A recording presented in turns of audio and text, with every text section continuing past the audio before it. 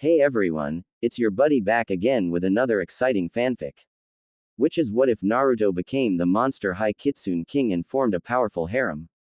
Part 1. If you enjoy this story, make sure to hit that like button and subscribe to the channel for more fanfics like this. Now, let's dive right into the fanfic. The new ghoul. It was just another normal day at Monster High. Well, as normal as things can get at a school that's full of monsters. Anyway, this story begins with Monster High's most cheerful and energetic ghoul, Frankie Stein, daughter of Frankenstein's monster and Frankenstein's bride. We find our stitched-up beauty in the crepeteria, tray of food in hand, walking towards her ghoul friends, Draculora, Claudine Wolf, Abby Abominable, Cleo Denial, and Ghoulia Yelps. Hey ghouls, what's up? Frankie asked, sitting down between Claudine and Abby. Didn't you hear? Draculora started excitedly. We're getting a new ghoul to Monster High tomorrow. Really? That's great. What kind of monster are they? Frankie asked, getting excited herself. Don't know. Claudine began. All that we've heard is that he's from Spookyoto, Japan, and that he'll be here tomorrow. Oh, I wonder if he's cute. Draculora exclaimed with excitement. Now, Draculora. Cleo began teasingly, getting said vampire's attention. What would Claude think if he heard you talk like that? Draculora blushed before she spoke. I was just saying what the rest of you were all thinking. Besides, what ghoul wouldn't be wondering the same thing? Draculora asked, making the ghouls blush. That's not true. I wasn't thinking anything like that. Cleo said, trying to get control over her blush. Well, I'm excited that we're getting a new ghoul to Monster High. Frankie stated happily. Before anything else could be said, the PA system blared before Headmistress Bloodgood's voice came through. Frankie Stein, please report to my office. Immediately, Bloodgood called, making the ghouls give off a collective gasp. Frankie Stein, please report to my office. The ghoul friends all looked worried before turning their attention to an even more worried Frankie. What did I do? Monster High Fright Song. Headless Headmistress Bloodgood, principal of Monster High, is seen sitting in her office doing paperwork before a knock is heard at her door. Yes, she called out. The door opened to reveal Frankie Stein with a scared expression on her face. Ah, Frankie, come in. Have a seat, Bloodgood said with a small smile. Frankie nodded and sat in front Bloodgood's desk while said principal removed her head and placed it on her desk, making Frankie sweat in fear, knowing that Bloodgood only places her head on her desk when it's serious business. Now Frankie, I called you to my office to discuss something important. Bloodgood began, but was interrupted by Frankie. Ms. Bloodgood, if this is about me blowing up the mad science lab last Monday, it was an accident. I didn't hear Mr. Hack walk up behind me. Frankie said very quickly. Frankie, Bloodgood said, but was interrupted by the stitched-up beauty. Or Tuesday, when my hand came loose and made several students in the hallway trip up or run into each other. Frankie, and how was I supposed to know that my neck bolts were in wrong and caused several students and objects to be electrocuted yesterday? Frankie, Bloodgood yelled, finally getting Frankie to stop talking. You're not in trouble. I'm not, Frankie asked. On the contrary, I need your assistance. Bloodgood stated. My help? Frankie asked with surprise. Indeed, as I'm sure you've heard, we're receiving a new student tomorrow and I was hoping that you could show him around Monster High, as a favor for not only me but his mother since she's a former classmate and a friend of mine. Bloodgood replied. Really? Why me though? Frankie asked in curiosity. Simple. I want him to feel welcomed here when he arrives and to have someone positive show him around. And who better than you, Frankie? After all, you were once new here yourself. Bloodgood explained as she put her head back on and making Frankie smile at the praise. That, and his mother is worried about him not fitting in. Frankie stood up and gave Bloodgood a determined expression. Don't worry, Ms. Bloodgood, I won't let you down. Also, is there anything I should know about him, just in case? Frankie asked. Other than the fact that he's a kitsune, not really. Bloodgood replied. A what? The stitched-up girl asked. A kitsune, a Japanese fox spirit. I think I might have something that can explain more on them. Bloodgood said, walking over to a nearby bookshelf. She pulled out a book and looked through it for a moment before finding the page she was looking for and handing it to Frankie. The green-skinned girl began to read aloud. Well, it's nice to meet you either way, Naruto said with a smile. Naruto brought Frankie's hand up and kissed the top of it. Unfortunately for the blonde, he was suddenly electrocuted. Frankie and Bloodgood saw this and was worried, the earlier more so of what he would do. Naruto stood there for a second with some of his fur charred and electricity sparking through his hair. He breathed out a puff of smoke before smiling a big goofy grin. Man, what a ghoul, Naruto said, making Frankie's blush reappear at his words. Well, I'll see to after Frankie has shown you around, Naruto. Just remember to come by my office later to pick up your schedule, Naruto, and any homework assignments for you, Frankie. Bloodgood stated, making both monsters nod before saying more. Also, Naruto, try to behave yourself. Naruto's sweat dropped at what Bloodgood implied. Mom's been telling you stories, hasn't she? Naruto asked. Quite. Now then, nightmare. Bloodgood yelled for her assistant, who quickly showed up and she got on his back before quickly riding off through the school. Frankie then turned to Naruto with a kind smile, with Naruto returning it. Well, let's get started with the tour, Frankie stated excitedly. Hey, lead the way, Frankie, Naruto said happily, following the stitched-up girl inside the school. The Ghoul Tour. Frankie and Naruto are seen walking through the school main entrance and soon finding themselves in the main hall, with various monsters of all shapes and sizes walking around. Some monsters that walked by smiled and waved at Naruto, who waved back. Naruto then turned back toward the stitched-up beauty in front of him. So, how should we start our tour? Naruto asked, ready to learn everything that he can about Monster High. Well, I suppose that as we move through the school I'll explain what there is. How does that sound? Frankie asked. Sounds like a plan, lead the way, Naruto said. Okay, so this is the main hall. It's usually one of the places where students move between classes or just hang out with friends, Frankie explained as they walked. As they walked, Frankie explained to everything there was to Monster High, with Naruto listening intently, and when he asked a question Frankie was more than happy to answer. They soon made way to Study Hall, where Naruto told Frankie a little about himself. Hey, my friends and I always hung out at Study Hall, Naruto said. Really? Frankie asked. Yeah, like this one time, we started an all-out spitball war and practically covered the whole place in spitballs. Boy, the teachers were so mad that they gave detention for a week, Naruto replied. Ouch, Frankie said, but trying to hold in her giggling. Tell me about it. What about you, Frankie? Naruto asked. Well, one time me and my friends had to avoid Coach Igor on picture day, but after running for so long, our hair was a complete mess, Frankie said, making Naruto flinch the thought. Man, now that's what you call an ouch, Naruto stated, getting a laugh from Frankie. Next, they made their way to the library, but quickly left after Naruto accidentally knocked a stack of books over, on top of a passing teacher that he learned was called Mr. Rotter. Next, Frankie led Naruto to the Screamatorium, where Naruto decided to give his guide a mock performance. She was always there for me, and that's all I needed. Just her. For some reason, I didn't feel sad or broken up, it just didn't seem real. But slowly I realized it was real, that she was gone. And little by little, I slowly felt something inside me go numb, Naruto said, acting emotional. Thank you. His audience, aka Frankie, stood and clapped at Blonde's performance. Thank you, Naruto said with a bow before jumping off the stage and walking to his guide. That was amazing. I didn't take you for the acting type, Frankie said, showing just how much she enjoyed the act. Naruto could only smile the stitched-up beauty as he rubbed the back of his head. Well, I'm no William Spookspear, but I do what I can, ya know, Naruto said happily. Where did that come from anyway? Frankie asked. I suppose it was just improv, Naruto hesitantly said, though Frankie didn't seem to notice.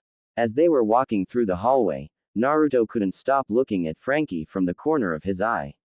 Unknown to the blonde, the stitched-up girl beside him was having similar thoughts. Oh my ghoul, I think I'm crushing on Naruto already and we only just met. I also can't believe how perfect he is. He's so funny, energetic, excitable, and cute that just being around him makes my heart beat like crazy, Frankie thought, trying to hide her blush. Before either could continue their train of thought, the school bell rang, signaling that it was lunchtime. At this, Frankie thought for a second before smiling and turning to Naruto. Hey, Naruto, wanna go and join me and my friends for lunch? Frankie asked with uncontainable hope in her voice. Sure thing, Frankie, lead the way, Naruto said, letting said stitched up girl lead him to the cafeteria. Yes, Frankie mentality cheered. Naruto and Frankie soon made it to the cafeteria, where lots of students were sitting, eating, and talking with friends. Naruto offered to wait for Frankie on the other side of the lunch line, since he had his own lunch from home, while she went to get her. When Frankie got to the other side of the line, Naruto was standing there as he promised. They started looking for seats, but Frankie heard her name called and saw her friends. Come on, Naruto, I found us a place to sit, Frankie said, walking to her friends with said Kitsune in tow. They soon made it to the table where Frankie's friends sat. Hey ghouls, I want you all to meet Naruto. Naruto, these are my closest friends at Monster High, Frankie said happily. Nice to meet you all. The name's Naruto Uzumaki Namikaze, Naruto introduced with his foxy grin, unknowingly making most of the ghouls blush.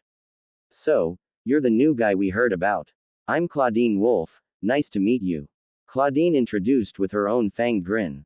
Nice to meet ya mate, I'm Laguna Blue, Laguna introduced with a friendly wave. I'm Draculora, a pleasure to meet you Naruto, Draculora introduced excitedly. Uage, Gulia introduced with her usual zombie way of speaking. Abby Abominable, nice to meet you Naruto, Abby introduced as kindly as possible. And I'm Cleo Denial, the most popular ghoul in school. Feel free to bow and worship me, Cleo introduced with her usual queenish attitude, making Naruto groan. Something wrong? Oh no, it's not that there's anything wrong. It's just that back at my old school, there were other monsters just like you, always thinking they were better than everyone else and always trying to put them down, Naruto explained. Oh, and what's wrong with that? Cleo asked, a little ticked at what the blonde was implying about her. Well, it's just that one should never try to put down others just because they're not like them. Stuff like that really gets on my nerves. I for one think that people should treat others the same as everyone else and not try to make anyone feel insecure about themselves, Naruto explained, making the ghouls look at him with very happy expressions. I never thought of it like that before. Sorry about what I said then, Cleo apologized, only for Naruto to wave it off. It's cool. Besides, it's probably just your own way of making friends. Trust me, I've seen much weirder ways to do that, Naruto said. So Naruto, how are y'all liking Monster High so far? Laguna asked. Hey, ghouls got it bad for the new guy, Claudine thought before turning to Naruto. Not that I can blame her. The guy just screams alpha. Well thanks, Naruto, Frankie said, trying to get control of her blush. They then proceeded with eating lunch, until they all took notice of Naruto pulling something cylinder-shaped from his pocket. Say Naruto, what's that? Draculora asked curiously. My lunch, Naruto answered simply, confusing the ghouls. That's your lunch, but is just scroll, Abby said with confusion in her voice. No, not the scroll. It's just something to carry stuff around in, Naruto said as he unraveled the scroll and stoked on the kanji for food and placing his finger on it. In a plume of smoke, a boxed lunch appeared out of thin air, surprising the ghouls. Whoa, how did you that? Frankie asked, only to receive a grin from the blonde. Let's just say being a kitsune has its perks, Naruto said before opening the box. The box was filled with some rice balls, curry, sushi, and a bowl of ramen. Naruto then gave a short prayer before digging into his lunch with the rest of the ghouls doing the same. Soon, the ghouls decided to find out more about the fox.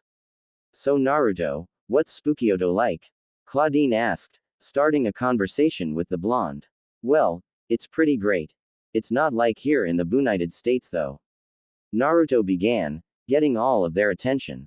Heck, even monsters and normies went to school together, Naruto finished, surprising them.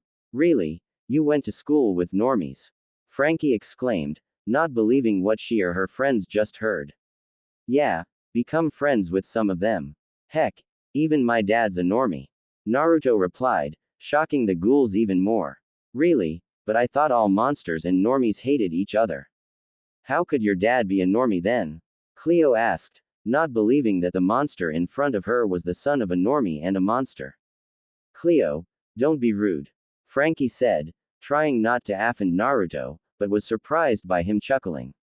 Hey, well, I can't say I blame you for being skeptical, I was too at one point. I asked my parents how they could love each other if one was a normie and the other a monster. So, they told me how they met, how they fell in love, and etc. In the end, I was told two words that I'll never forget: opposites attract. Naruto explained, making the ghouls all smile at his explanation. Maybe we can meet them sometime. I've always wanted to meet a normie that didn't hate monsters. Frankie said, getting agreeing nods from her friends. Maybe if you ghouls come over to my place sometime you can. Naruto said kindly. Just watch out for my mom thought. She's got a thing for anything cute or embarrassing me. Sure thing Naruto, sounds like fun. Laguna said with the others agreeing. They soon continued to eat lunch and chat about various things, the ghouls enjoying the company of the Kitsune. They couldn't help but love being around him after just meeting him. He just had a way to make friends with everyone. Later, lunch had ended and Naruto and Frankie left to continue their tour. Frankie showed Naruto the various classes, the indoor pool, and the entrance to the catacombs. Lastly, Naruto and Frankie are seen in the belfry of Monster High. Well, Frankie, this was a nice tour. I think I'm gonna like it here at Monster High. Naruto said with his foxy grin. Why, you're welcome, Naruto, and I'm glad to hear that you like it here. Frankie said, trying to cover her blush, but unknowingly making Naruto smile. Hey, she reminds of Hinata the way her face turns red and she starts stuttering. I'm definitely going to like it here. Say, Naruto, if you don't mind me asking, what were your friends like back home? Frankie asked. Hey, they were all awesome. Heck, we would always get into trouble together whenever we pulled a prank on someone or just hang out. Naruto replied, remembering his friends back home. Really, but aren't you going to miss them and doing all the things you did together? Frankie asked in concern. Of course I'm going to miss them, but once I get my internet set up back home I'll be able to talk to them through satellite. Naruto explained, making Frankie smile. He really cares for his friends. Maybe, him and I have a lot more in common than I thought. Frankie though happily. Secret admirers. Later, after Naruto and Frankie left the belfry, they decided to just walk around the halls until next period. As they were walking, Naruto couldn't help feeling like they were being watched by several pairs of eyes, or more specifically him. Weird, I feel like I'm being watched and not just by the occasional eyes of who knows what in the dark places around here. Maybe I should keep my guard up. Naruto thought while tensing a little. Frankie noticed this and decided to ask. Naruto, is everything okay? Frankie asked in concern. Naruto was about to reply, but was cut off by the sound of the school bell ringing. At this, Frankie gasped as something just came to her. At this, Naruto smiled before quickly picking Frankie up in his arms bridal style, making Frankie gasp and blush. Hey, just leave it to me, Frankie.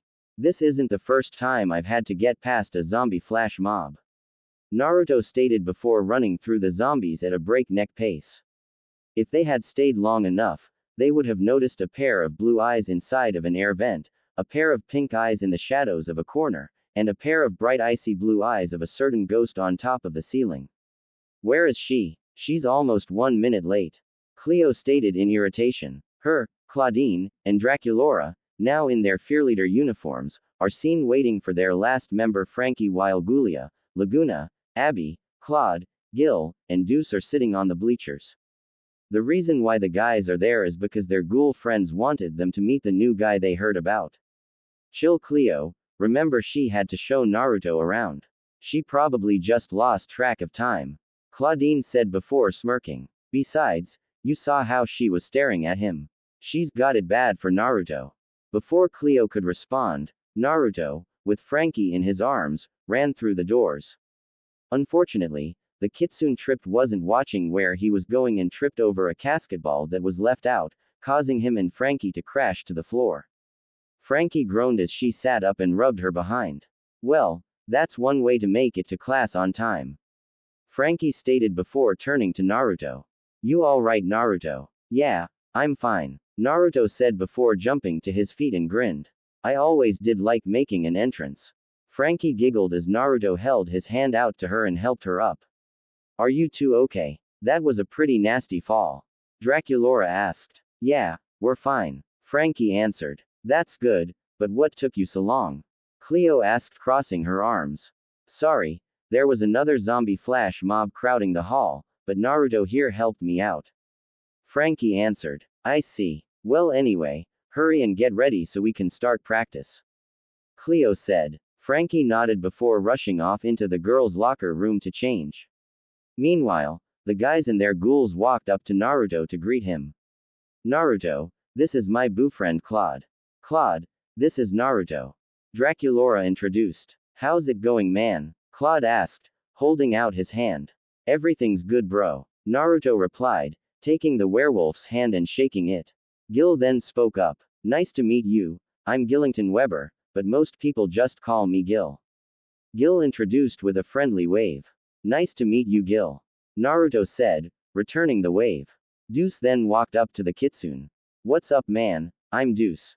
Deuce introduced, holding out a fist. Nothing but the sky and occasion ceiling, bro, Naruto said, fist bumping with the Gorgon. Cool, Deuce stated. So Naruto, you play any sports back at your old school? Claude asked, wanting to see if he could recruit a new for basketball. Well, I played some basketball, but had to quit because it got in the way of my studies. Naruto replied. In that case, how's about a quick match to see how good you are? Claude asked. Okay, sounds like fun, Naruto replied. Alright, you against me. First 1 to 3 points wins, Claude said excitedly as he grabbed the basketball and stepped onto the court along with Naruto. Naruto then removed his hoodie. If someone would be so kind, Naruto asked nicely before Claudine ran over and grabbed it before running back to the bleachers with everyone else. As Naruto and Claude were stretching, a smell caught Claudine's attention. She looked around to find the source of the smell before she looked at Naruto's hoodie. Checking her surroundings to make sure nobody was looking, Claudine brought the hoodie up to her face and took a deep inhale before blushing and sighing dreamily. Definitely an alpha, Claudine thought to herself dreamily. Naruto and Claude were soon done with their stretching and got ready to start the match. You ready? Claude asked as he dribbled the ball. Yeah, but it's been a while since I've played, so I'm a bit rusty, Naruto replied. Then you'll never get this ball from me, Claude stated smugly while they both charged at each other. They passed each other and Claude was clear to make a shot, but then realized that the ball wasn't in his hand. He then turned around just in time to see Naruto make a basket and catch the bouncy orb before it could hit the ground. Naruto then started running toward the other goal while Claude ran toward him. Naruto then slammed the ball down, causing it to fly high into the air, surprising Claude, before jumping in the air, caught it, and spinning in midair before tossing it into the basket. Claude looked on in shock at the scene. Meanwhile, Frankie came back after changing into her cheerleader uniform and saw Naruto and Claude on the court. What did I miss? Frankie asked. Claude wanted to see how good Naruto was at basketball, so they decided to have a quick match. Naruto's already made 2 points while Claude has 0. 1 more point and Naruto wins, Claudine explained, causing Frankie to look at the Kitsune in shock. Claude looked at the fox in front of him, who was currently dribbling the ball with a confident grin. Claude then tried to steal the ball, but Naruto spun past him and ran toward the goal with Claude right on his tail. Naruto then surprised the werewolf by stopping in front of him and turning his back to the goal. Naruto spun the ball on his fingers before throwing the ball backwards into the goal without even looking, earning him the winning point. Hey, how many points were we going for again? I forgot, Naruto asked the surprised werewolf. 3, Claude answered. Dude, if that's rusty, I would hate to see freshly oiled. Hey, good game, man, Naruto said as he and Claude shook hands. Yeah, good game, Claude said back. Dude, that was pretty cool. You gotta join the basketball team, Deuce stated as the others walked toward the court. No thanks, if my mom found out I joined the team she'd skin me alive, Thanks for the offer though. Naruto replied, earning an understanding nod from the Gorgon.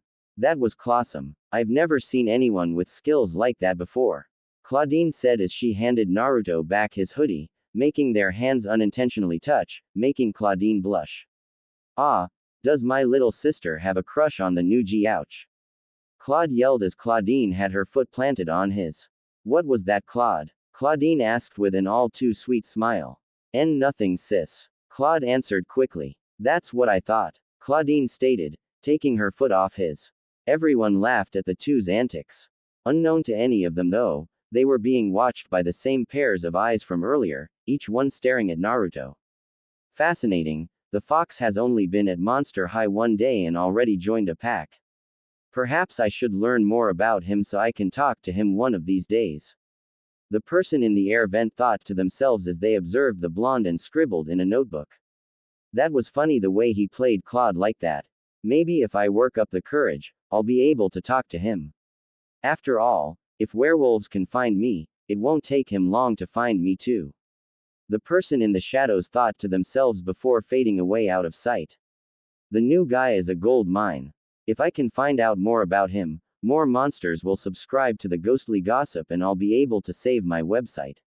Until next time, Foxy. The person whose head was sticking out of the ceiling thought to themselves before disappearing through it.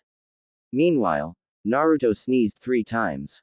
Weird, either I'm coming down with a cold or someone's talking about me. Naruto thought before shrugging it off and sat back on the bleachers to watch the ghouls practice with everyone else.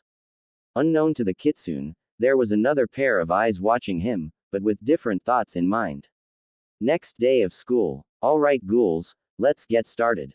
Cleo said, getting a nod from the ghouls. Cleo, Draculaura, Claudine, and Frankie got into their positions as Ghoulia stood on the sidelines and started the music. The ghouls soon started moving to the beat of the classic Monster High Fright song. As they were practicing, Naruto and the others were watching from the bleachers. Naruto watched as they performed all kinds of twists, flips, and dances. Not bad. Their teamwork is perfect, their moves are clawsome, and their performance is great. Naruto thought to himself with a smile. During the dance though, the ghouls were trying to perform a type of pyramid, but when Draculaura tried to flip to the top of it, she missed and plummeted to the ground. However, before she could hit the ground, Draculaura found herself in a strong pair of arms. When Draculaura opened her eyes, she came face to face with Naruto. You okay? Naruto asked in concern. Why yes, thanks, but how did you? Draculaura began, but was cut by Naruto. I move fast. Naruto said simply as he let her down. Okay ghouls, I think that's enough practice for one day. Cleo announced, receiving nods from all of them. Later, the guys went on so they could get ready for basketball practice after school. So that just left Naruto with the rest of the ghouls, who were all around Cleo's locker. Well ghouls, today was pretty great. I gotta say, I'm gonna love it here at Monster High. Naruto said happily, making all the ghouls smile at his words. That's great to hear Naruto. Frankie said before blushing. Also, if you ever need help with anything, just ask. The ghouls all noticed how Frankie stuttered as she talked to Naruto and how she never took her eyes off his back as he left. Boy, Ghoul has got it bad for Naruto. They all thought in unison before the bell rang and left for their respective homes. With Naruto. Naruto is seen walking through his front door of his home and removing his shoes. Dad, Mom, I'm home, Naruto called. Not too soon had he said that a little reddish-orange nine-tailed fox came running out of nowhere and started yelping in excitement at his master's return. Naruto smiled as he bent down and started scratching the fox behind the ear, causing him to purr. Hey there Kurama, miss me? Naruto asked the now-named Kurama. Imagine Kurama when he was younger. A minute later, Naruto's parents came out from the kitchen with happy smiles on their faces. Hey there son, how was your first day at Monster High? Minato asked. His dad, Minato Namikaze, is a normal human male with lightly tanned skin, blue eyes, and spiky blonde hair. His clothes consists of a blue t-shirt and gray pants. His mom, Kushina Uzumaki, is a kitsune with reddish-orange fur, claws on her hands and feet, violet eyes, and long red hair that went to her knees with a hair clip parting the bangs, and a wristband on her left hand. Her clothes consists of a blue shirt and black shorts under a tan dress with a red swirl on the front. The most noticeable thing about her being the 9 flowing tails behind her back. It was great. I really enjoyed seeing what the school was like, and it was just as good as you said it was. I also made some classroom friends. Naruto answered happily. That's great to hear, son. Kushina said, glad that her son liked Monster High. Now come on. Dinner's almost ready, ya know. Naruto nodded before following his parents to the kitchen, where they began to eat. So Naruto, you said that you made some new friends. What are they like? Kushina asked. All of them are nice and very positive. Hey, I also think that I'll make more in a matter of days. Naruto replied, making his parents smile with one thought in their minds. Of course you will, you're Naruto Uzumaki Namikaze.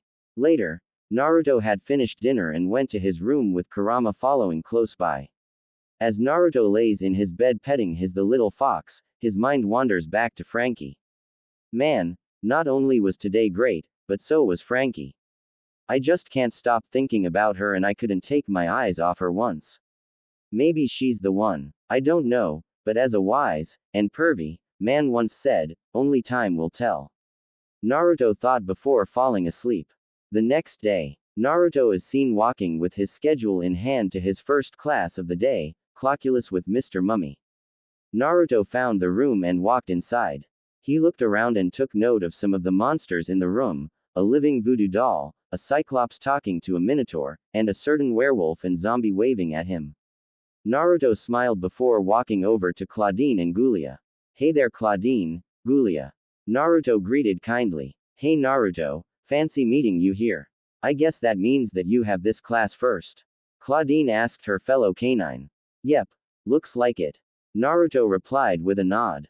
So, who's some of the guys in here? Looking closer, Naruto could see her giving a feral grin that he didn't like. Something tells me that she's going to be trouble. Maybe I should keep an eye on her. Naruto thought before someone coughed. Naruto turned to see who coughed and froze in fear. Standing in front of him was Mr. Rotter, who was giving him an unpleasant look. Oh crap, now I remember him. He was the teacher who I accidentally knocked those books on in the library. Please Ghoul, don't let him recognize me. Naruto yelled in his mind, sweating bullets. You are the new student, yes? Mr. Rotter asked, making Frankie worry for Naruto. Why yes sir, that's me, Naruto Uzumaki Namikaze. Naruto answered fearfully. Is that right? In that case, I've got my eye on you, Mr. Namikaze. Now, please take your seat. Mr. Rotter said and watched as Naruto nodded and walked over to the empty seat behind Frankie before turning back to the board. Well, not my best first impression. Naruto sighed, making Frankie giggle. Maybe not, but look at it this way, it could have worse. Frankie stated, getting a smile from the blonde. Hey, yeah, I guess you're right Frankie. Naruto said before they both turned back to the board, neither noticing a certain werecat staring at them. Meeting new ghouls. As class was going on, Naruto had the oddest feeling that he was being watched, again. He looked all around himself, but saw no one looking at him. Everyone was listening to Mr. Rotter as he wrote on his chalkboard. Naruto looked around again, but saw nothing. Strange, I know nobody's watching me, but my instincts say otherwise. Naruto thought to himself, not noticing the blue eyes staring intently at him from the air vent in the back of the room.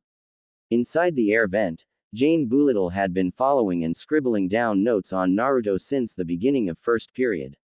She didn't know why she was so fascinated in the blonde, but went with what her gut was telling her. The Kitsune known as Naruto seems to occasionally stop in whatever activity he is already engaged in and start observing his surroundings, like an animal keeping an eye out for any predators. Interesting. Jane thought, not noticing a pair of slitted, red eyes staring at her from behind. You know, it's considered creepy too most when you stalk someone. A rough but small voice stated, startling Jane out of thoughts. She turned around and saw a small fox with slitted, red eyes, reddish-orange fur, and 9 tails, looking at her with a questioning look. I'm not a stalker. Jane quietly yelled at the fox, startling him. Wait, you can understand me. The fox yelled in surprise. Yes, I can communicate with animals. Jane replied. Anyway, who are you? My name is Kurama, Naruto's pet fox. Kurama replied before something came to him. Wait, don't change the subject, girl. Why are you stalking my master?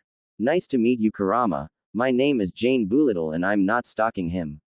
I'm observing him because I'm too shy around other people to talk to them. Jane answered. I see. Well, that explains a lot, but I still think it's stalking. Kurama stated, making Jane look ashamed. I'm sorry, I know that what I'm doing is wrong, but observing others is what I'm comfortable with, but when Naruto came to Monster High yesterday I couldn't help but feel something inside me want to know more about him. Jane explained. Ah, now I see why you were following him. Kurama said with mischievous smirk, getting Jane's attention. You have a crush on him. What? No, that can't be it. I only want to learn more about him. I can't have a crush on someone at first glance, can I? Jane questioned, not believing what the fox just said. Haha, whatever you say. When you're ready to stop observing and admit it so you can meet him in person, you know where to look for me. Kurama said as he turned and headed down the vent, leaving Jane with her thoughts until the bell rang and Jane followed Naruto as he walked out the door with Frankie and Abby. As Naruto was walking with Frankie and Abby, they noticed that a lot of people's eye coffins were going off until theirs did as well. Frankie and Abby opened them and saw that it was from the ghostly gossip. They were surprised to see photos of Naruto taking down Manny and read what the text said. This just in. The new monster in school takes down a raging Manny tour in a scuffle faster than this reporter could see. On another story, the new monster is becoming very popular with all of the ghouls in school. Looks like Monster High has a real ladies' man within its walls. Frankie read aloud, making Naruto blush at what was implied about him. What? Wait a minute, firstly, the thing with Manny wasn't a scuffle, it was just me keeping myself from getting hurt. Second, I'm not a ladies' man. I'm just a nice guy, that's all. Naruto exclaimed in surprise. This may be, but you fail to see that most ghouls like that in a man. Abby stated. Yeah, and the fact that you're hot and selfless is an added bonus. Frankie thought with a blush forming on her cheeks. Just then, a certain werecat with her friends appeared out of nowhere. Well, hello there, handsome. Torale purred as Persephone and Meowlity latched onto Naruto's arms, making Frankie and Abby glare at them. Torale, what are you doing here? Frankie asked, hiding her anger for the werecat and her friends. Nothing much, just saying hello to the new guy. Why, is there a problem with that? Torale asked with a smirk, loving the jealous looks on Frankie's and Abby's faces. No, not at all. Frankie answered, trying to hide her jealousy. That's what I thought. Now, where was I? Oh yeah, I'm Torale Stripe and the ones on your arms are Persephone and Wenalati. We were just walking by when we noticed this really handsome fox out of the corner of our eyes. Torale said as she and her friends were rubbing themselves on Naruto, making him blush. Thanks. Naruto said nervously, not sure what to think of the situation. You're welcome. Anyway, I just wanted to introduce myself and to tell you that if you ever want to hang out with someone cooler than those two losers behind you and their friends, look me up. Torale said as she and friends walked off. Well, that was weird. Naruto said before turning to Frankie and Abby. Friend of yours? No, let's just say that us and Torale don't exactly get along. Frankie replied as they began walking to their lockers again. Really? She doesn't seem that bad. Naruto said with a raised brow. You would be wrong to say that Naruto. Torale is selfish, conniving werecat that takes advantage of others to get what she wants. Abby explained. She's right, Naruto. In fact, when Abby first came to Monster High she and I got into trouble because of something that Torale started. Frankie explained, remembering when she and Abby had to spend the rest of the school day together. Really? Well, that's unexpected to hear. Naruto said before turning to Abby. And Abby, I didn't know you were new to Monster High. This is true, but when Abby first arrived she had hard time making friends and was afraid that she would never make any. That is until Frankie and Abby had to spend the rest of the school day with each other and through stopping Torale from embarrassing our friends, Frankie and Abby became friends. Abby explained, smiling at Frankie, who returned it. That's great to hear, Abby. I gotta say though, I was a little worried about making friends myself when I first came here, but thanks to Frankie, my worries faded away like they were nothing. Naruto said, smiling at Frankie. Well, it was nothing, Naruto, really. I just love helping I mean others. I love helping others. Frankie said, blushing like crazy from what she almost said. Unfortunately for her, Abby noticed the stutter in her friend's words and smirked. So, Frankie really does have huge crush on Naruto, this is great. But, why does Abby feel sadness in her heart at this? Abby should be happy for her friend, but, Abby trailed off, looking at Naruto. Abby cannot stop this feeling in her heart for her foxy friend. Maybe Abby should ask one of her friends about this. As they continued to walk down the hallway, none of them noticed a ghostly hand with an eye coffin appearing inside an open locker from their right and snapping a photo of them before disappearing. Naruto and Frankie, after Abby went off to go find her locker, soon arrived at their lockers and just now realized that their lockers are right next to each other. Hey cool, I didn't know our lockers were next to each other. Naruto said as he opened his locker. I know, I didn't know that until now. Frankie said as she opened her own locker. Well, I guess that just means that we can hang out more. Naruto said, smiling as he closed his locker. Thanks, Naruto. Frankie said before thinking of something. Say, Naruto, can I ask you something? Sure, shoot. Naruto replied. I was just wondering, if you're not doing anything later, if I could come over to your place later. Frankie asked, trying not to faint from what she was asking. Hey, sure thing. You can even ask your friends if they want to come over too. Naruto replied. Okay, I will. Frankie said while mentally cheering. Anyway, I'll see you later. I've got biology next with Mr. Hackington. Naruto said, waving Frankie by with her doing the same. As Naruto was walking, he felt like he was being followed. He looked around for a second, but saw that only he was in the hallway at the moment. However, he decided to trust his instincts and sniffed the air a little. He then turned serious and turned toward a shadow made by the corner of a wall. Whoever you are, come on out, I know you're there. Naruto said, crossing his arms and waited patiently. He didn't have to wait until a beautiful girl came out of thin air from the shadows and stared at Naruto timidly. Alright, I don't know who you are or why you're following me, but I'd appreciate it if you stopped. Naruto said, trying not to be rude. After all, there was probably a reason why this girl was following him. Sorry, it's just that I'm shy and not good at making first impressions.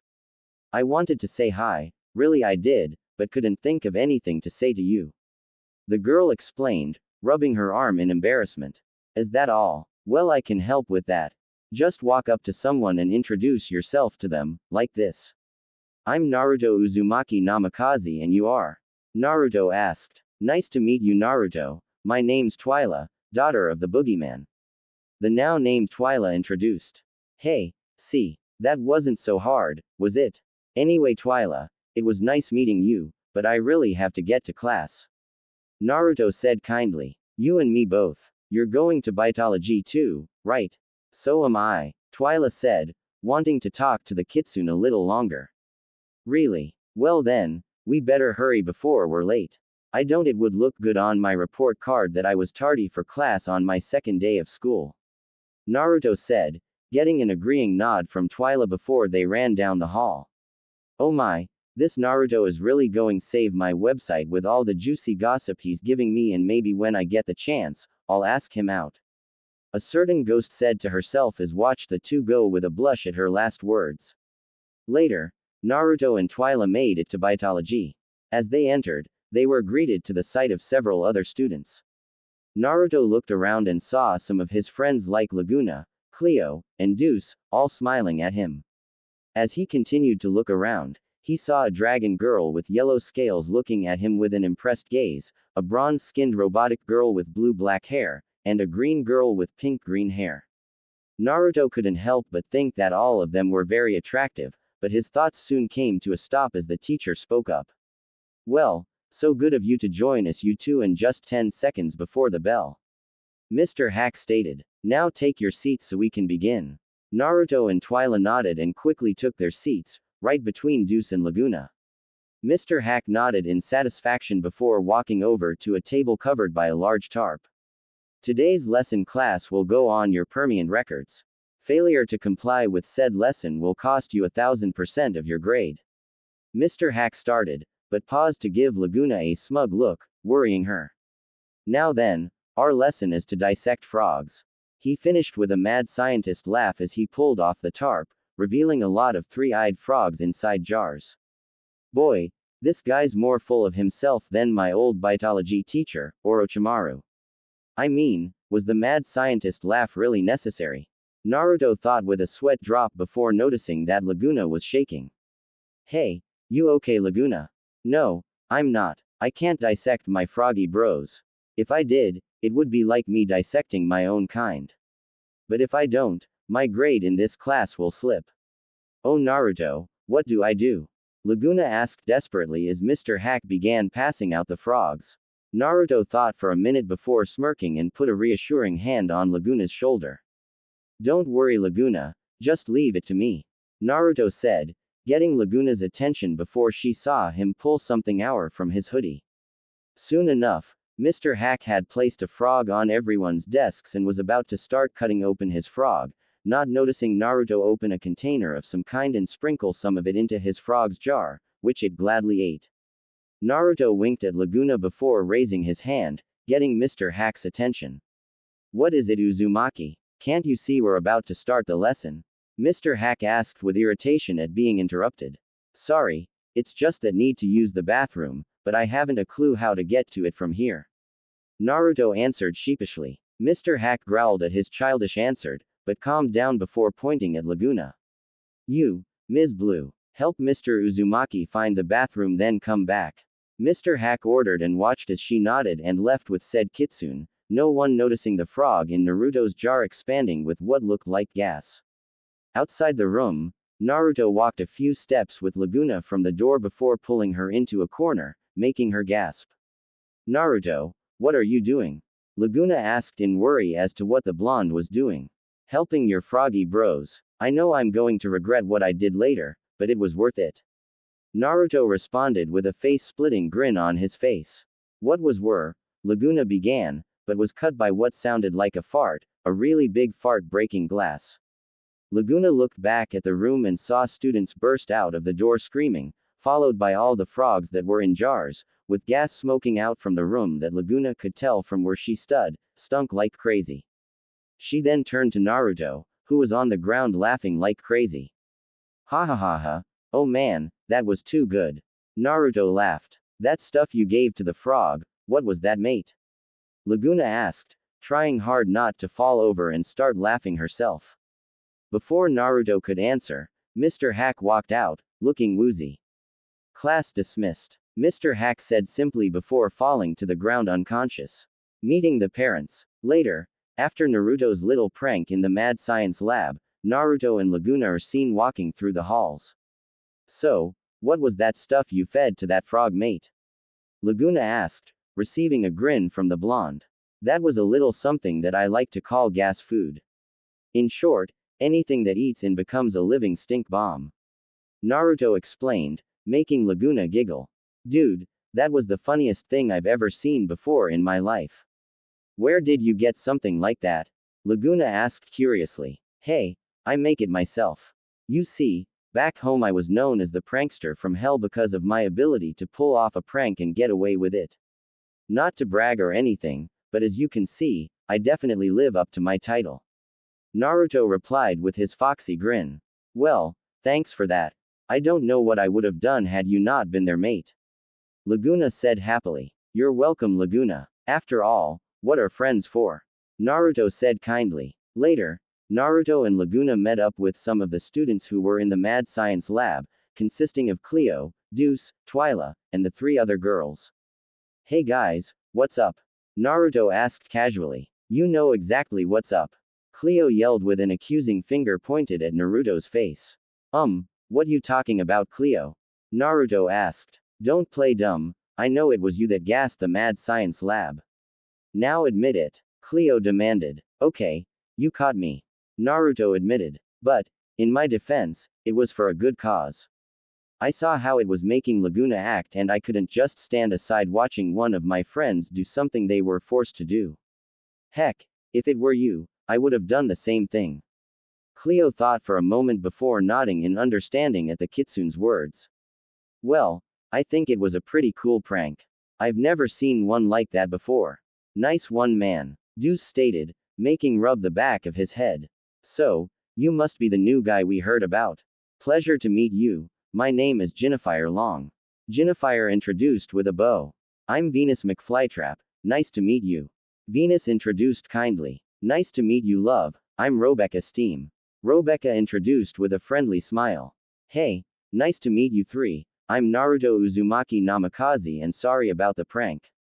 Naruto apologized sheepishly. No need to apologize, Naruto. You did what you thought was right and that's what counts. Jennifer said wisely. Thanks, Jennifer. Naruto said with his foxy grin, unknowingly making Jennifer, Rebecca, Venus, and Twyla blush. Hey Naruto, is it true what happened with you and Manny back in first period? Deuce asked, making everyone look at Naruto, wanting to know the answer as well. Well, yes and no. Yes, I used martial arts on him to pin him to the ground, but it was only in self-defense. It wasn't a fight or anything like that, I swear. Naruto explained. Seriously, whoever wrote that needs to get their facts straight. In that case, you should look for Spectra Vondergeist. She's the writer of the ghostly gossip. Maybe if you find her you can get her to fix her story. Venus suggested. I'll think about it. After all, it's not the first time someone wrote a story based on me before. Naruto stated, remembering Jiraiya's novel about a hero with his name. Before anything more could be said, the bell rang, indicating that it was now next period. Naruto then turned back toward his friends. Well, you guys, I'll see you later. I better get to my next class. Hopefully I won't have to do what I did earlier. Naruto said with a laugh as he walked off, leaving the rest of them to laugh as well. For the rest of the day, Naruto enjoyed himself. He soon found out that in all of his classes, one or two of his friends were there and helped him out if he needed anything. To most, it felt like hours, but for Naruto, the day went by fast through classes, lunch, and finally watching Frankie, Claudine, Cleo, and Draculaura practice. Now, Naruto and the ghouls were gathered around the Kitsune's locker. So Naruto, you sure it's okay for us to go to your house? Frankie asked, not sure about herself and her friends all going to his home. I already told you, Frankie, it's cool. My parents don't mind me bringing friends home and besides, you won't take up much space since my house is pretty big. Naruto answered for the fifth time now. You can't blame us for being a little worried. I mean, you told us that your dad's a normie and we've never really had any good experience with normies before. Cleo explained. Well, you don't have to worry about my dad not liking you. If there's one thing I know about my dad, it's that he doesn't judge monsters before getting to know them. Naruto said, making the ghouls smile. Your dad sounds like a very kind man. Draculaura said. Oh, he is. After all, he's the one who taught me to always be there for others and never give up on them or yourself. Naruto said, making the ghouls smile at the wise words. Soon, Naruto and the ghouls were in the parking lot in front of Naruto's Camaro. So, who wants to ride with me? Naruto asked, but hoped that Frankie was one. I will. Frankie said with a blush. I've always wanted to ride in Camaro, so I will too. Claudine said while mentally cheering at getting to ride with the Kitsune. Abby will too. Abby said simply, but felt her heartbeat increase. Naruto nodded and opened the doors for the ghouls and watched as Cleo, Gulia, Laguna, and Draculaura got into the mummy's car, ready to follow the blonde. After the ghouls were set, Naruto got in and gave them a foxy grin before he and the other ghouls backed up out of the lot and into the road with Naruto followed by Cleo's car. Unknown to them, two monsters had watched them go. Hey, so, it's more than just Frankie falling for the new guy. Oh, this is just too good that when I pull off my plan, I'll break the hearts of not only Frankie, but Claudine and Abby too. I knew I'd get payback on them, but all three at the same time, this a dream come true. Torale said sinisterly as she rubbed her hands together, not noticing spectra on the roof of the school. Well, it looks like this Naruto is going to do more than just save my website, he's going to keep my website up for the next year. Spectra said excitedly before blushing. And maybe, when he comes to find me, I'll finally be able to find the one. After an hour or so of driving, the ghouls found themselves a short ways out of town and in the woods that surround New Salem. Naruto's and Cleo's cars soon came to a stop outside of a 10-foot-high Japanese-styled wall with large wooden doors in front of them with the name Namikaze Estate above them. That is one big wall, Claudine said in surprise as she and everyone else got out of the cars. Yeah, but they're small compared to one back home. Anyway, we walk from here, Naruto said as he walked up to the door and unlocked it before turning to the ghouls. Ghouls, welcome to my home. Naruto opened the doors and the ghouls were astounded at the sight before them. There was a 3-story high Japanese house in front of them with smaller houses around it. They soon started walking toward the largest house. As they walked, the ghouls saw various decorative statues of 9-tailed foxes. They soon saw a small fountain in front of them with 9 different creatures surrounding it. The most noticeable thing about the creatures, though, are the number of different tails they all had. To say the ghouls were speechless was an understatement, until Cleo spoke up. Oh my Ra, this place is absolutely beautiful, Cleo exclaimed, unable to hold back her thoughts. Hey, yeah, I thought the same thing when we moved here, Naruto said before the ghouls all stared at him. Naruto, you didn't tell us you were rich, Draculaura yelled in surprise, making Naruto sheepishly rub the back of his head. Well, I never thought it was such a big deal, ya know. I mean, it's not like we have any servants or anything. This is just how we live and nothing more, Naruto replied. Dude, not a big deal.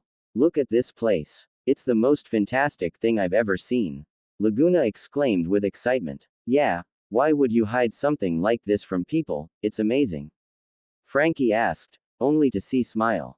Well, you're right, it is amazing. However, I couldn't care less about it. After all, it's just a house, Naruto began, confusing the ghouls until he continued. A close family friend once told me that a house doesn't make a home. Home is where the heart is. My home isn't this house. No, my home is my family, friends, and loved ones. As far as I'm concerned, as long as I have all of that, then, even if this house burned down, I would never lose my home, Naruto finished, making the ghouls all smile at the blonde's words. Anyway, I'd love to tell you all more about my house, but I think it's time we went inside, Naruto said, getting nods from the ghouls. They soon walked to the front door, where Naruto stopped them. Now, just a little heads up. It's not my dad you should be worried about, it's my mom. She's the more excitable of my parents. So, try to not freak out if she does something unexpected, Naruto explained, glad that his fur is hiding his embarrassed blush. Naruto opened the door and allowed the ghouls to walk in first. Remember to take your shoes off, Naruto said, taking off his shoes and confusing them before Cleo spoke. It's a Japanese tradition, Cleo said, getting understanding nods from them as they did as told. Dad, Mom, I'm home, and brought some friends, Naruto called. Just then, Kurama came running out and started pawing at Naruto's leg before he noticed the ghouls and ran to Frankie and started pawing at her leg. The ghouls all stared at the little 9-tailed fox before they all screamed one word. Cute. Naruto laughed as he watched the ghouls all crowd around Kurama, petting, scratching, and rubbing just about every part of him. This was the scene that Minato and Kushina walked in on. Well, looks like you ghouls are really enjoying yourselves, Minato said, getting the ghouls' attentions before they stared at him in surprise. Oh my ghoul, if he had reddish-orange fur he'd look just like Naruto. The ghouls all thought in unison. Nice to meet you all, I'm Minato Namikaze, Naruto's father, Minato introduced with a friendly smile before Kushina stepped forth. And I'm Kushina Uzumaki, Naruto's mother, Kushina introduced with a foxy grin before seeing that Kurama wanted attention too. And the little fox is Naruto's pet, Kurama. The ghouls all looked at each other before Frankie stepped up first. Hello, it's nice to meet you both, I'm Frankie Stein and these are my ghoul friends, Draculaura, Claudine Wolf, Laguna Blue, Cleo Denial, Gulia Yelps, and Abby Abominable. Frankie introduced themselves with a cheerful smile. Kushina stared for a moment before walking up to Frankie with an odd look, making Frankie worry as to what the Kitsune in front of her was going to do. What she wasn't expecting was to be caught in a bone-crushing hug. Yay! My son finally got a ghoul friend and a cute one at that, I'm so proud. Kushina yelled, shocking everyone there. Wait a minute, Mom, that's not it at all. Me and Frankie are just friends. Naruto yelled in embarrassment. Kushina laughed before letting an absolutely embarrassed Frankie go. Ha ha ha. I'm sorry, I couldn't help myself. It was just too good a chance to pass up, ya know. Kushina laughed, loving the expressions on everyone's faces. You weren't kidding when you said your mom's excitable. Claudine whispered to Naruto. Trust me, you haven't anything yet. This is just her warming up. Naruto whispered back, making the ghoul sweat at the implication. Well then, since introductions are out of the way, how's about a tour of our home? Minato asked after getting over his shock at his wife's behavior. The ghouls nodded before following Minato down the hall in excitement, wanting to know what all there is to Naruto's house. Naruto was about to follow, but Kushina stopped him. Naruto, you made some friends, but I just hope that you're careful. I'm too young to be a grandma just yet. Kushina said with a laugh, making Naruto blush before yelling one thing. Historical men, party planning, and hidden enemies. After Naruto got over his embarrassment from his mom's joke, he caught up with his dad and the ghouls. Naruto couldn't help but enjoy the ghouls' awestruck expressions as they all passed through various rooms. They already saw the living room, dining room, and bathrooms.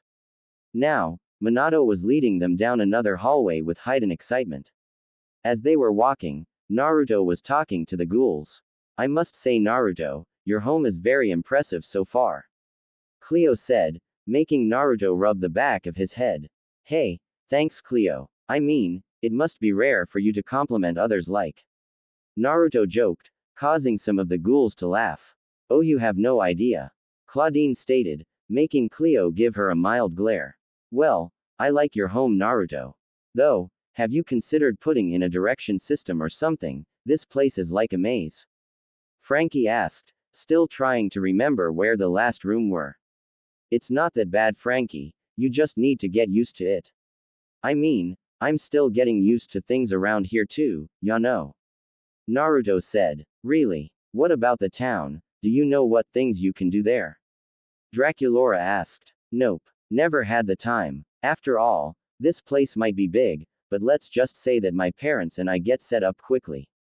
Naruto said with a grin. They soon came to a stop in front of another door. Now ladies, this next room is the armor room. Minato said, getting the ghouls' attentions. Minato opened the door and the ghouls were surprised to see various armors from many centuries with portraits of both monsters and normies that they used to belong to. However, it was 3 armors that got their attention the most. They were a Japanese-styled plated armor with the first being red, the second blue with a white fur on the shoulders, and the last a darker red. Minato noticed their staring and decided to indulge them. Those are the armors of 3 powerful men when they were alive.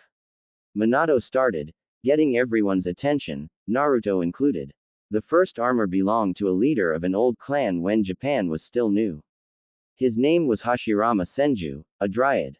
Minato finished, gesturing to Hashirama's portrait. Hashirama has his arms crossed with a confident smile on his face. He has green skin, black eyes, and long straight black hair with horn-like branches pointing out toward his back. He is also wearing a black shirt and pants underneath the red-plated armor they saw and a headband with a metal plate that has a leaf symbol on it. I remember him. Back when I was studying Japanese history, his name came up and I did a report on him. His history was very impressive. Cleo said, remembering her report on Hashirama impressing her history teacher in middle school. Niece. I did a report on him once too, back at Spukyoto. Man, I wish I could have met him. Naruto said with respect for the late Senju. The next armor belonged to Hashirama's younger brother, Tobarama Senju, a freshwater monster. Minato began, this one really getting Laguna's attention. I know what some of you are thinking. How could they be brothers? Well, Their father was a dryad and mother a freshwater monster. Minato explained, making the ghouls understand. After all, it's not that impossible to believe since there are hybrid monsters. The ghouls looked at the portrait of said monster and felt intimidated just looking at it. Tobirama stood, arms crossed, with a serious face that said he never played around. He had red eyes, spiky white hair, and red markings on his cheeks and chin. He had blue skin with noticeable gills on his neck and wore the blue-plated armor with white fur on the shoulders over the same black shirt and pants. He also wore the same headband as Hashirama that looked more helmet-like. Is it just me or does that guy look like he needs to take a chill pill? Claudine asked, still intimidated by the picture. Seriously, he looks like he's got attitude problems. Draculaura said, maybe, but I'm just glad he's not related to Gil. He looks like he'd threaten me just for speaking to him. Laguna stated, slightly glad that this Tobirama guy's not alive anymore. Ha, Abby not scared. Abby think he is impressive if he can scare others with just glare. Abby said, making everyone look at her in surprise with one thought. Is she crazy or something?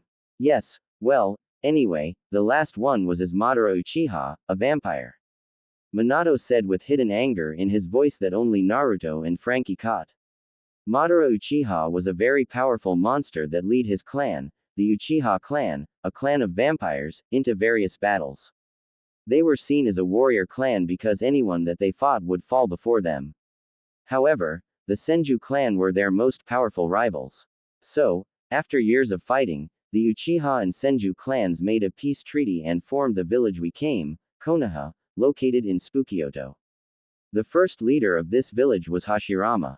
However, Madara wanted more power, but his clan wanted nothing to do with him. So, Madara abandoned his clan and left the village. Minato explained, trying hard to hide his anger.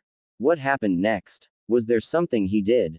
Frankie asked, wanting to find out why Minato hates Madara. Later, Madara returned to attack the village, but was stopped by Hashirama. Their battle was so great that it lasted for hours, but in the end, Hashirama won. Minato explained as he, Naruto, and the ghouls looked at Madara's portrait. Madara stood with a stoic face with his arms at his side. He had slitty tan skin and long untamed raven hair. His clothes consists of black pants, black knee-length shirt, and black gloves under the red-plated armor that they saw. They also saw that he had a giant fan-like weapon with a chain attached to the handle on his back.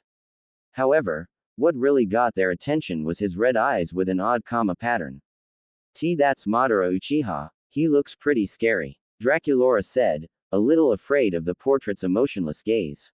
Pretty scary. My father pales in comparison to this Madara and that's not an easy thing to do, to be scarier than my father. Cleo stated with fear in her voice. Uhhhhhhuu. Gulia asked, pointing to Madara's eyes.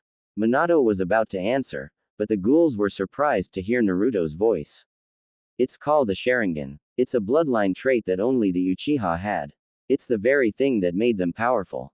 Because unlike the usual vampire, the Uchiha had much more power, speed, and strength from using those eyes of theirs. Naruto answered like he had met and fought a Uchiha firsthand. The ghouls were surprised by the Kitsune's words. A clan of vampires much more powerful than normal vampires. If that's not scary, nothing is.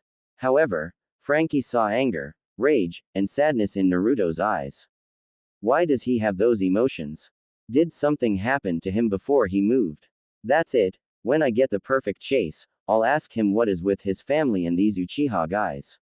Frankie thought to herself with determination. Now then, let's move on to the backyard for the end of our tour. Minato said, trying to get Naruto over his unnoticed emotions. They all nodded and started following Minato, but Frankie stayed close to Naruto. She really wanted to help him with whatever was hurting him, but he would have to tell her to let her help. They soon made it to the backyard and the ghouls were struck speechless. The backyard was very large with a small lake at the walls that surrounded the whole complex. There was also large bonsai trees that grew as high as the second floor of the main house. In some places, there were log posts sticking out of the ground with targets on them. Whoa, look at the size of this backyard. You could have a whole concert back here. Claudine yelled in awe. Hey, that's actually not such a bad idea. Naruto said to himself before his father spoke up. Don't even think about Naruto. The last time you threw a party while Kushina and I were out on a date, we came home to an almost destroyed house. Minato warned. Oh come on dad. Our house wasn't even that big back home. This time it is. Naruto said before an idea hit him. In fact, how's about we throw another one? What are you getting at, young man? Kushina asked, walking out of the back door before standing at her husband's side. Naruto thought for a moment before turning toward the ghouls with a smile and turning back. Okay, just hear me out. This is a new place that we're going to live in from now on, and you want me to make friends, right? Well, what better way than to throw a party and socialize with the monsters that I invite from school? And, it would give you two a chance to go out and have some alone time together. You know you never got any back home because of work. So, what do you say? Naruto asked, making puppy eyes and pouting face. Minato and Kushina looked at one another before looking back at their son while the ghouls looked ready to pat Naruto on the back for trying. However, the words that came from both parents shocked them. Okay fine. Minato said, making Naruto cheer before raising his hand up. But only if you promise that nothing will get broken, stolen, or dirty. Hey, you got it. I promise that nothing bad will happen to the house. Naruto stated with determination. Anything else? Yeah, don't do anything I wouldn't do. Because if you do, you'd better at least use protection. Kushina said, making everyone blush. What you talking about? I'd never do that to one of my friends or any other ghoul. I mean, one day I would, but not now. Naruto yelled, trying to defuse the situation. Hey, could have fooled me. Because from the looks of things, you've already got a good-sized harem behind you. Kushina said, making Naruto's blush deepen so much that his fur looked even more red than it was before. The ghouls weren't faring any better.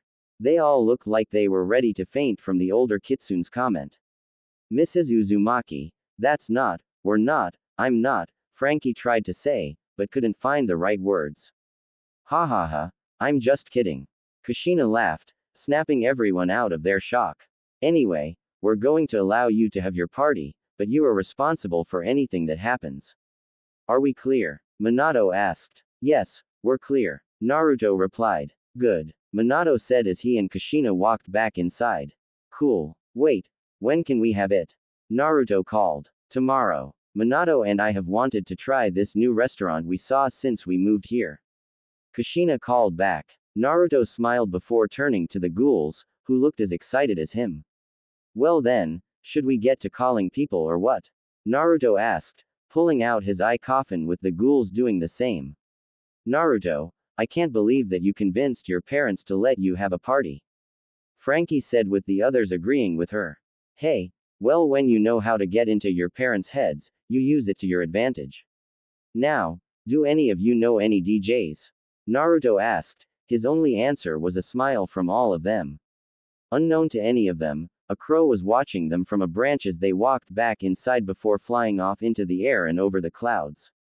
As it flew, its body began twitching before doubling in size, its tail feathers changed into a skeletal serpent tail, its feet became more reptilian, its slitted eyes became red with a third one in between the first two, and sharp teeth protruded out of its beak. It then picked up speed before diving through the clouds, revealing that it was no longer in Scaramerica, but Spookioto. It flew towards a building where a man was waiting for it with his arm extended out where the crow landed. The man orange hair, brown eyes, and a calm expression.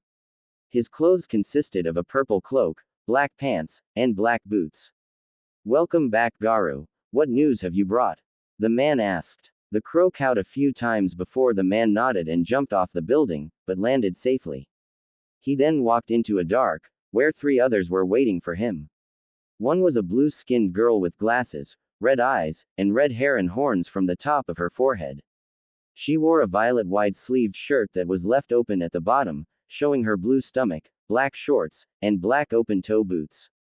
The next one had ocean blue skin, white hair with blue highlights at the bottom, purple eyes, and sharp teeth. His clothes consisted of a purple sleeveless shirt, light blue pants, and black open-toe boots. He also had a belt with water bottles attached and a giant sword on his back. The last one had slitty tan skin, onyx eyes, and raven hair. His clothes consist of an opened high-collar short-sleeve gray shirt, a purple obi around his waist that held a blue knee-length kimono, dark blue pants, and black open-toe boots like the rest. He also had a black sword and sheath at his side. The orange-haired man walked up to them. Sasuke, Garu has returned. It's true what we heard, Naruto and his family have moved to Scaramerica. The man stated, getting everyone's attention. What else, Jugo? The now named Sasuke asked. The crow cowed 4 times before Jugo translated. Garu says that Naruto is attending an all-monster school and has surrounded himself with several ghouls. Jugo answered, making the white-haired one chuckle.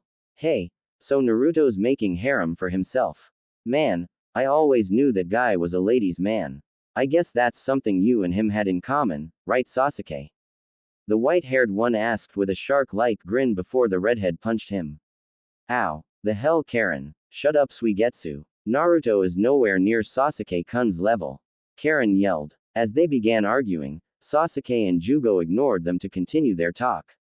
So, we know where he is. Are we gonna go after him?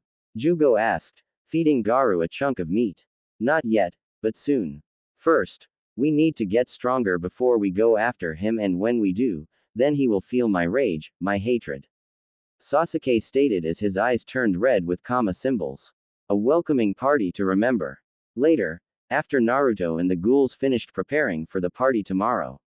However, they soon noticed that it was getting dark out and decided to call it a night, with Cleo driving Laguna, Draculaura, and Gulia home while Naruto drove Frankie, Claudine, and Abby home and saying goodnight to them before heading home and going to bed to get as much rest as possible for the party. Airport. While Naruto was sleeping peacefully at home, a plane from Japan came to a landing in the airport and passengers started getting off. As passengers walked out of the exit of the plane, Monster and Normie, no one paid much attention to the 2 monsters walking together, both wearing black suits with red undershirt and white tie. One was a slightly tan-skinned man with an emotionless expression, onyx eyes, and raven hair tied into a low ponytail. The other was a taller blue-skinned man with a shark-like grin with sharp teeth, gill markings on his cheeks, beady eyes, and blue hair styled to look like a shark's fin. They soon exited the airport and scanned their surroundings to make sure no one was watching them before jumping up to the rooftops. As they ran and jumped from the rooftops, the blue-skinned one decided to start talking. So then, this is where the 9 Tails Jinchuriki moved to. Smart, but not smart enough to hide from the likes of us. The fishman stated. Calm yourself, Kitsune, we still need to find him first. The raven-haired one stated to the now-known Kitsune. Hey, I would if I could, Itachi, but Sharkskin is craving the boy's chakra. Kitsune said to the now-named Itachi. Be that as it may, we can't get close to him as long as his father's around. Itachi said, making Kisami's grin fade into a frown.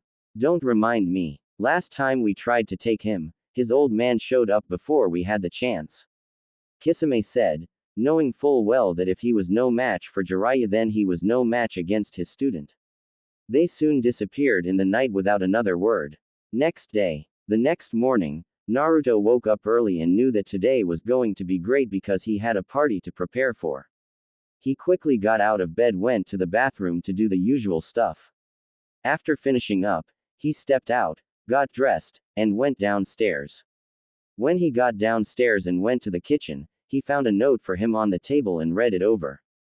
Dear Naruto, Minato and I decided to head out early to allow you to prepare for your party. Remember, anything that happens is your responsibility, and if anything is so much as out of place, consider yourself grounded for a month without remand. Love, Kushina. After reading, Naruto paled a little at the thought of being grounded without his remand, but quickly got over it at the sound of someone knocking at his door. He opened the door and smiled at the sight of Frankie, Cleo, Gulia, Draculaura, Claudine, Laguna, and Abby. He also noticed that they brought their boyfriends Deuce, Claude, and Gil along with a werewolf ghoul that Naruto didn't know. Hey Naruto, we're here to help you with the party and we brought Deuce, Gil, Claude, and Hoween to help.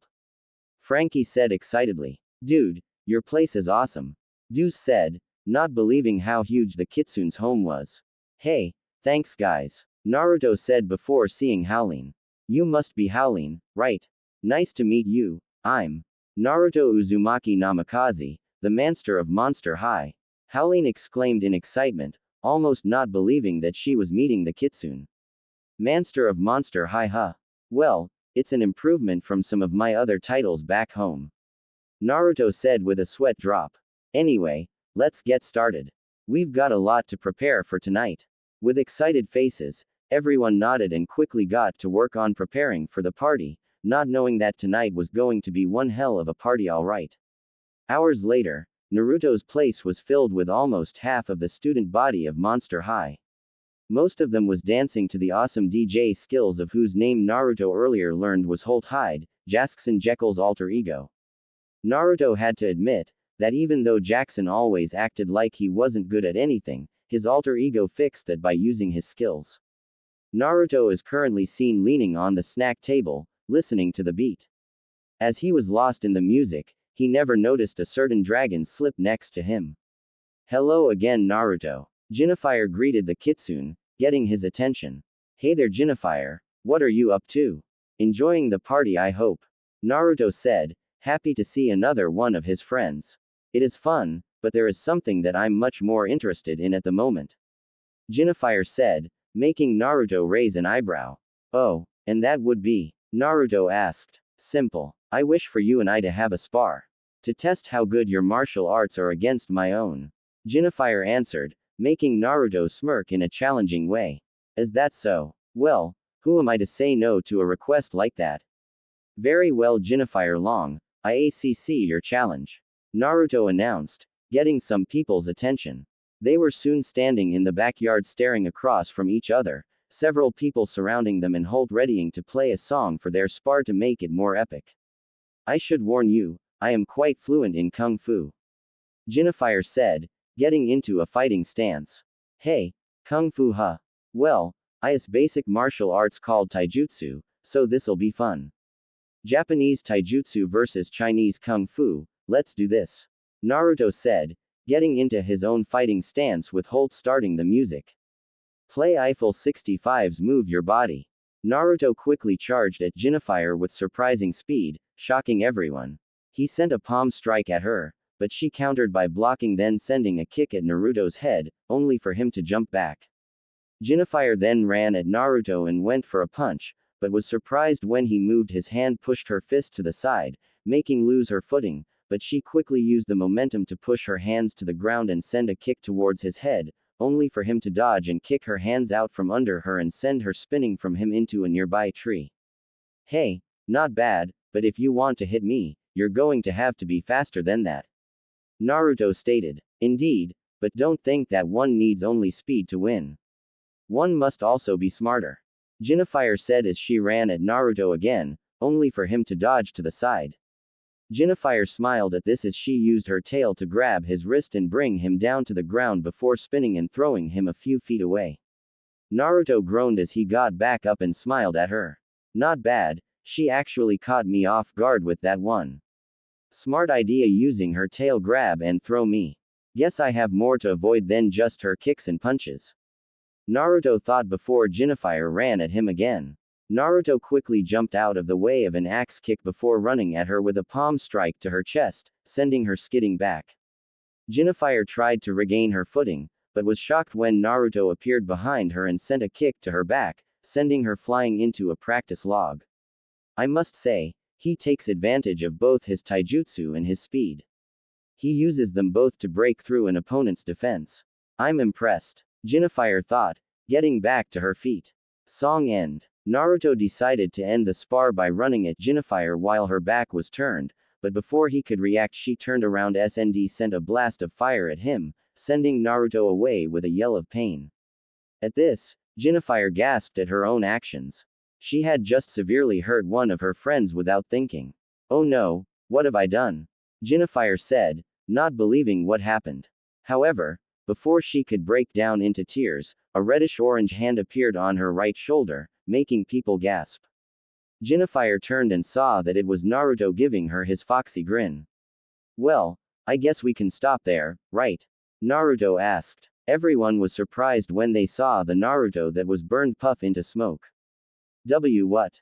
How? Did you? Jinafire tried to ask, but was cut off by Naruto.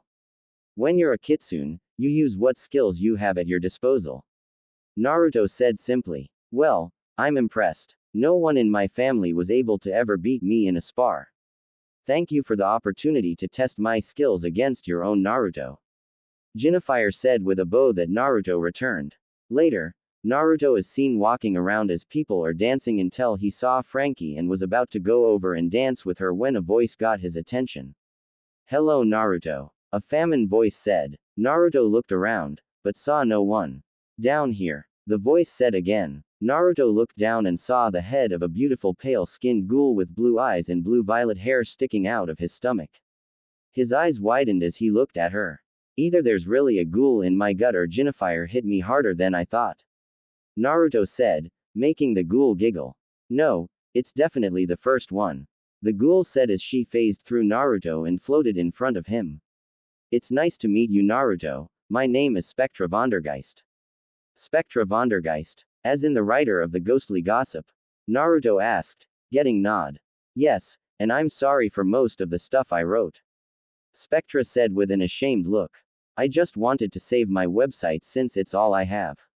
Naruto gave her a look, but sighed and crossed his arms across his chest.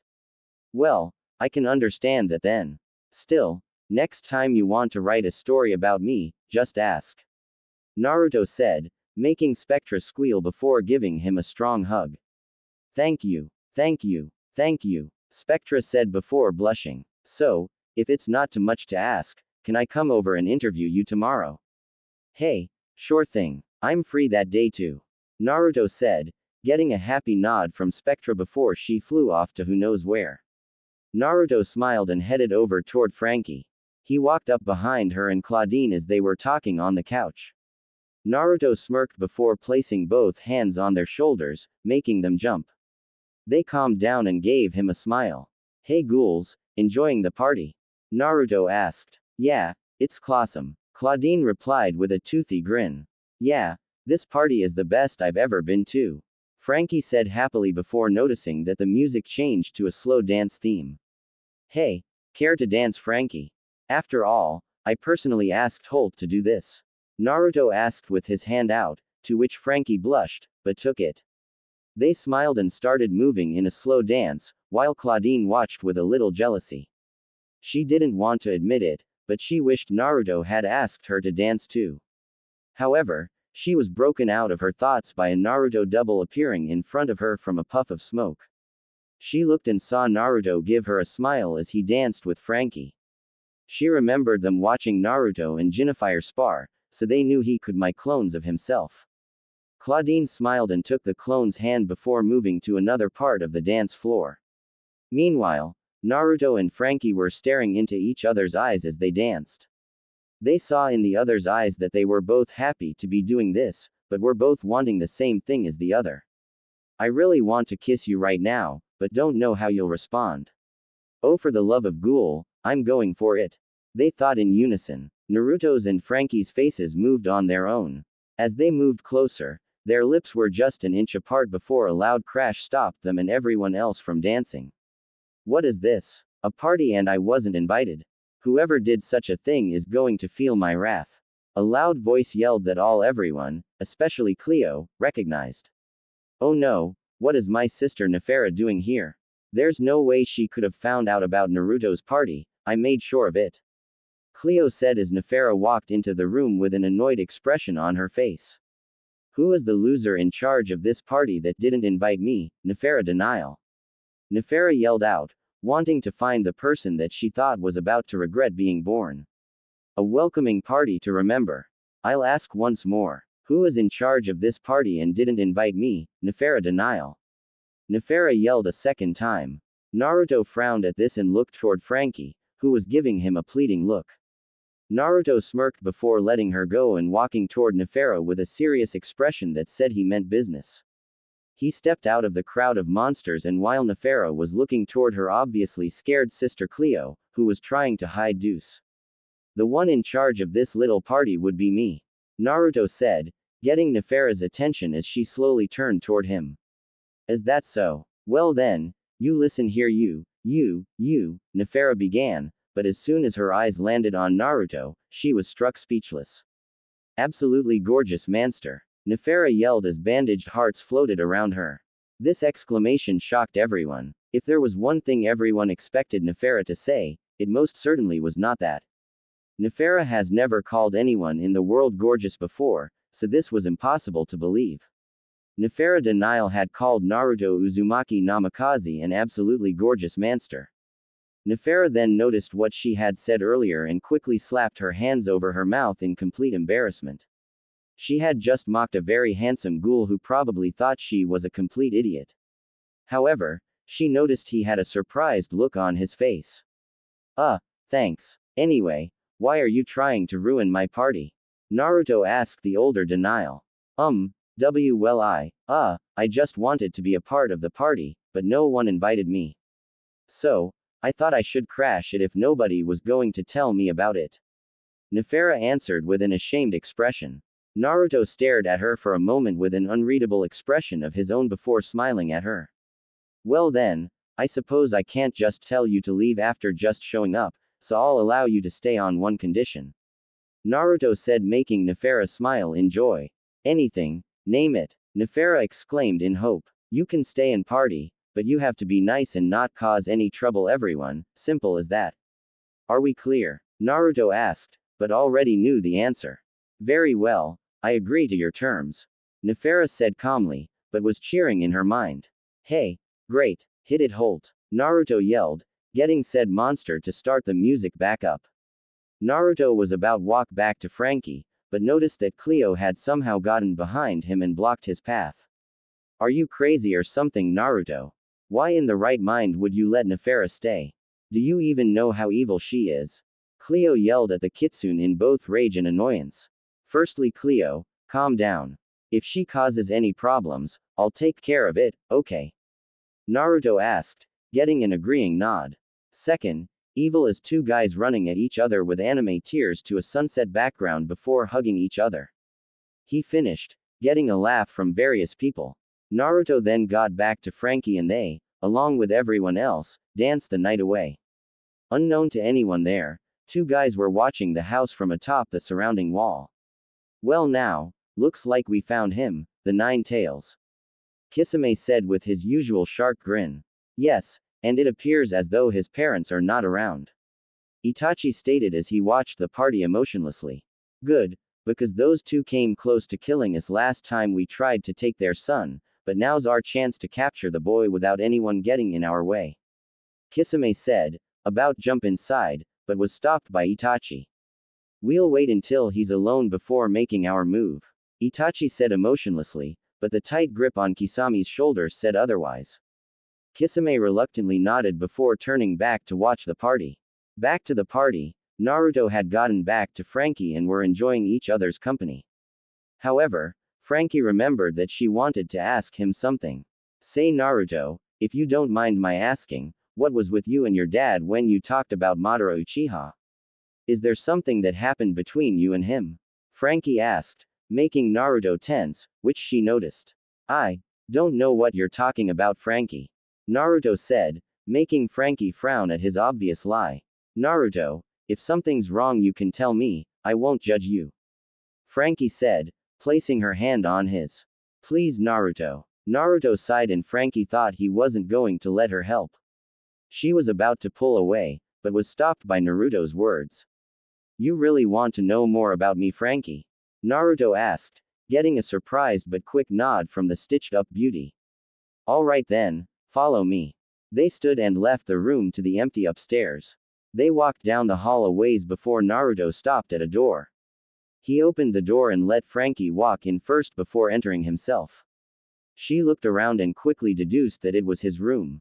The room had a king-sized bed, a full body-length mirror, a dresser, some shelves filled with scrolls, a desk with various papers on it, and a weapons cabinet with weapons consisting of some shuriken, kunai, a tanto, and a katana.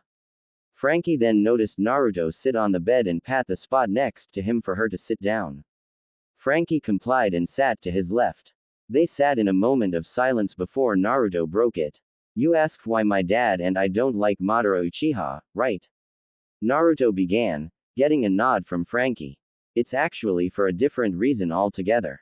You see, when I was in school, I had this huge crush on this ghoul named Sakura Haruno. To me, she was the most attractive ghoul I had ever seen. Every chance I got, I would ask her out, but always get rejected because she liked this other guy named Sasuke Uchiha, my best friend. Naruto paused, letting his words sink in. His best friend. I guess this Sasuke guy has to do with Naruto's attitude, but why? Frankie questioned in her mind before Naruto continued. Anyway, Sasuke always had ghouls going after him, but always ignored them all. The same was with Sakura, but she still bugged him for dates, only to be rejected herself. Anyway, after so long, I had finally managed to get a date with her. Naruto paused at this, starting to get sad. However, on my way to her house to pick her up, I saw her in a restaurant with none other than Sasuke. She had completely forgotten about our date together and went on one with him. At this, Frankie gasped. Naruto had been heartbroken by his crush and betrayed by his best friend. Frankie thought that was the end of his story, but she was wrong. The next day, I walked to Junkyard and found Sasuke there. I walked up to him and confronted him about what I saw between him and Sakura. He just smirked and said that he saw me ask her out and that she agreed to go, but just to show that because he was a Uchiha that he gets whatever he wants and that someone like me would never be able to make any ghoul happy.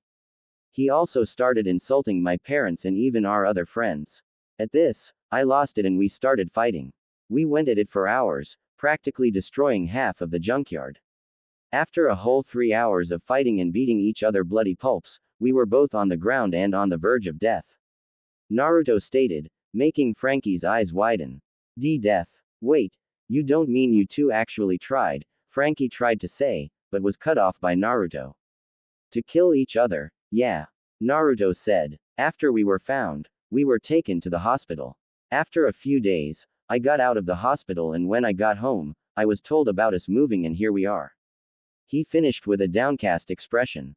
Naruto was very sad, but was surprised when he found himself in a very strong hug. He looked and saw that it was Frankie. Naruto, I'm so sorry for making you bring up such bad memories. I just wanted to know so I could help you, but I didn't know that it was that bad. Frankie said, trying not to cry. It's okay, Frankie. You just wanted to know more about me and I appreciate that, but I do want to know why you wanted to know so much about me though. Naruto asked in curiosity. Frankie actually got over her sadness for her newest friend, still trying not to cry, and looked up at him with a small smile before placing an affectionate hand on his cheek. This, Frankie replied, leaning forward and placing her lips on Naruto's. Naruto was surprised at first, but soon got over it and kissed back, making Frankie's heart flutter in happiness.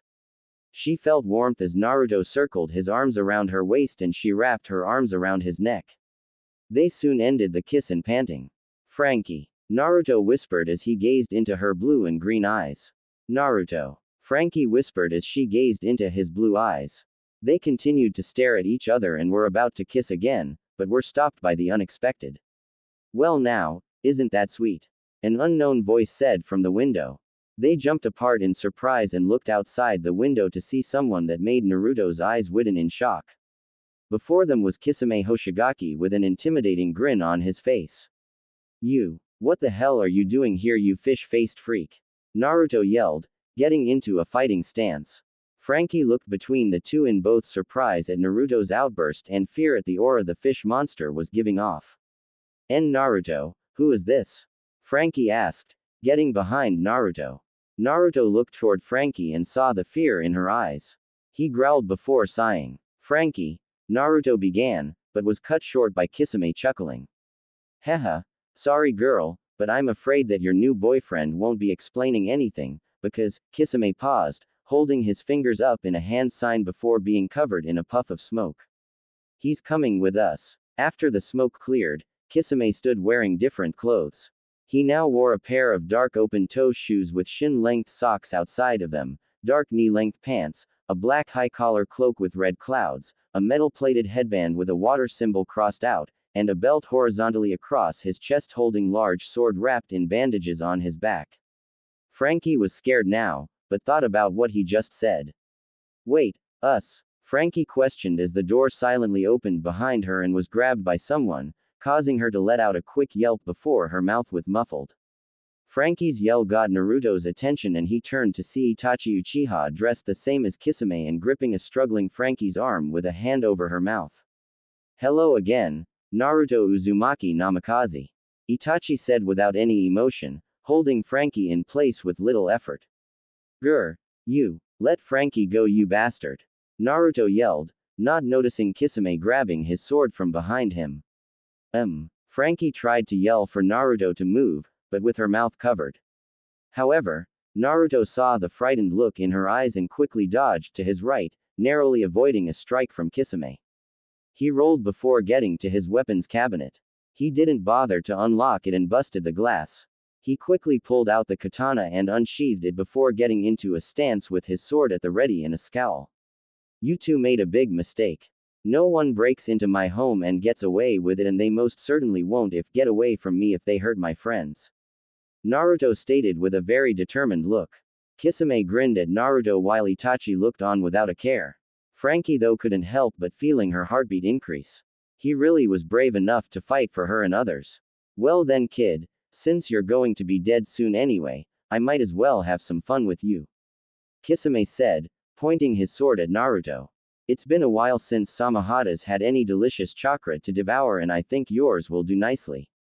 As the party was going on, Claudine was wondering where Naruto and Frankie were. She walked out back and looked around, but didn't see them. Though, she did giggle when she saw Heath hitting on Abby, only to get the cold shoulder, literally. She then saw Jennifer, Rebecca, Spectra, and Draculaura speaking to each other and walked toward them. Hey Claudine, everything okay? Draculaura asked, seeing the worried look on her friend's face. Yeah, I mean no, I don't know. Have any of you seen Naruto or Frankie anywhere? Claudine asked, but only got head shakes. She was about to say more, but was stopped at the sound of a loud crash from inside the house, getting all the monsters' attentions from outside. What in ghoul's name was that? Rebecca asked, hoping someone had an answer. As if the universe heard her, her answer came in the form of Naruto crashing through the second-floor window and hitting the ground hard, shocking everyone around. Naruto. The ghouls yelled and were about run over to see if he was okay, but were stopped when a large fish monster wearing a black cloak with red clouds and a giant bandaged sword in hand landed and stood over Naruto's still form. He looked around with a sharp grin, scaring most of the monsters around him. Hey, well you know what they say. If you can't join the party, crash it. Kitsune said with his sword raised over his head and bringing it down toward Naruto.